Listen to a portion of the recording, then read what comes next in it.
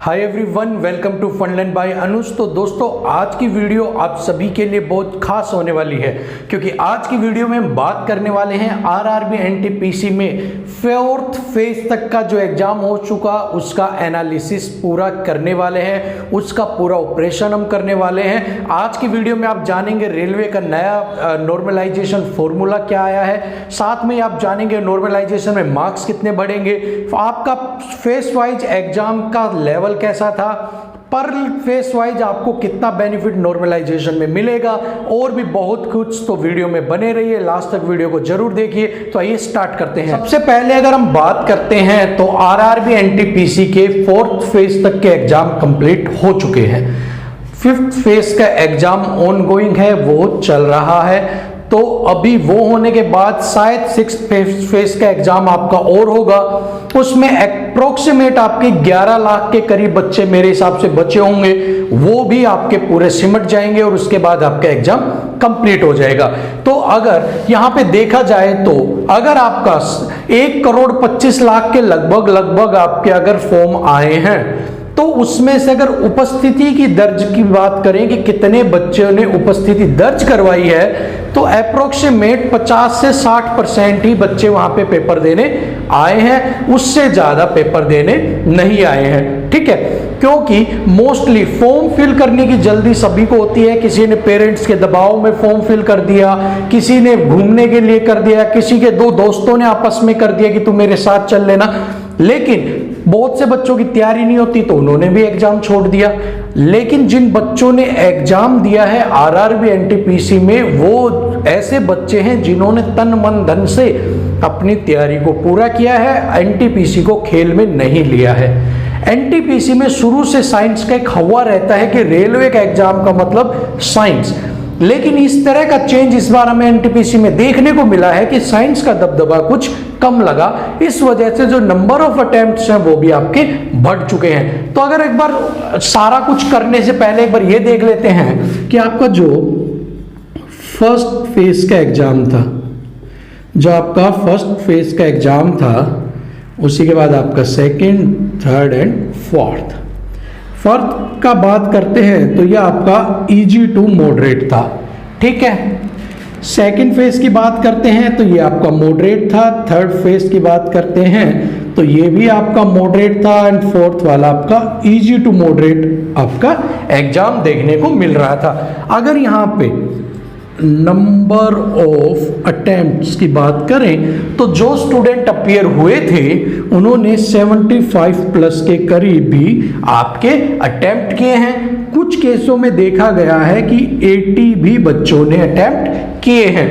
बात कर लेते हैं सेकंड शिफ्ट का, आपका घट के 65 प्लस रह गया कि सिर्फ 65 प्लस ही बच्चों ने अटेम्प्ट कर पाए, क्योंकि जो लेवल था वो अचानक से इजी से मॉडरेट हो चुका था आपका।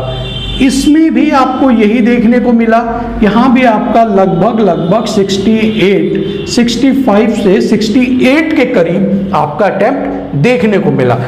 4th फेज के अंदर दोबारा से रेलवे ने हल्का पेपर दिया और यहाँ पे अगेन 75 प्लस 72 टू 75 आपका नंबर ऑफ अटेम्प्ट देखने को मिले। तो ओवरऑल अगर आप एक बात करते हैं तो आप ये देखेंगे कि जो अटेम्प्ट है आपके वो लगभग कहीं ना कहीं एवरेज आपका 70 के आसपास घूम रहा है, कि आपने यहाँ भी 65 प्लस कर रहा है, यहाँ 68 प्लस कर रहा है, यहाँ 72 प्लस कर रहा है, यहाँ 75, तो लगभग कहीं ना कहीं 70 के आसपास जो आपका अटेम्प्ट है वो, अगर एक अटेम्प्ट अगर आप देखते हैं तो वो 70 के करीब आपका अटेम्प्ट करके आ रहा है एक स्टूडेंट। तो आप इसको कहीं भी ये कह नहीं सकते कि कंपटीशन कम हुआ है। अगर आप बात करते हैं कि उपस्थिति कम है, सीट बढ़ गई है, वैकेंसी बढ़ गई है, बच्चे उतने के उतने जितने प्रीवियस ईयर में थे, लेकिन एक बात और भी ध्यान रखने वाली बात है कि टक्कर कांटे की हो गई है। जब टक्कर कांटे की होती है तो अगर सारे ही बराबर हैं तो एलिमिनेट करने के लिए उन्हें आपकी कट ऑफ कहीं ना कहीं थोड़ा सा वेरी करेगी, थोड़ी ना थोड़ी ऊपर जाने वाली है। इतना तो आपको मान के चलना पड़ेगा, क्योंकि नंबर ऑफ अटेम्प्ट्स अगर फोर्थ फेज तक देखते हैं तो बच्चे बहुत अच्छा कर रहे हैं। कोई ऐसा बच्चा आपको नहीं मिलेंगे कि जो आपका 50 करके आया हो, 55, ऐसे मोस्टली बच्चे आपके एवरेज अगर आप निकाल के चलते हो, अगर एक 25 में से 65% की अगर 60-65 लाख बच्चों में से अगर आप मान के चल सकते हो 70 लाख बच्चों में से 80 लाख बच्चों में से अगर 5 लाख बच्चों ने भी अगर 40-50 का कर रहे हैं तो वो उठाव नहीं उठता है। आपका मेन जो भीड़ है वो आपका 70 के करीब अटेम्प्ट करके आ रही है। तो ये कहीं ना कहीं आपकी वेरिएशन आपको देखने को मिलेगा कट ऑफ के अंदर। दूसरी बात, नॉर्मलाइज में क्या चेंज हुआ है। अगर आप नॉर्मलाइजेशन की बात करते हैं तो जो पहले नॉर्मलाइजेशन रूल था वो क्या रूल था कि अगर आपके नंबर 52 हैं, अगर आपके 52 नंबर हैं तो रेलवे नॉर्मलाइज करके यहां तक कि लगभग बच्चों के 72 तक भी पहुंच जाते थे।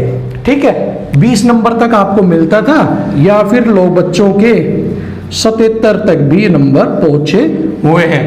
तो मतलब पहले जो नॉर्मलाइजेशन होता था वो बड़े हाई लेवल का होता था। रेलवे की अपने आप में एक मिसाल थी कि जो नॉर्मलाइजेशन है वो रेलवे जैसा होना चाहिए, क्योंकि अगर रेलवे जैसा नॉर्मलाइजेशन है तो उसमें आपको 25 नंबर तक भी आपके नॉर्मलाइज स्कोर बढ़ जाता है।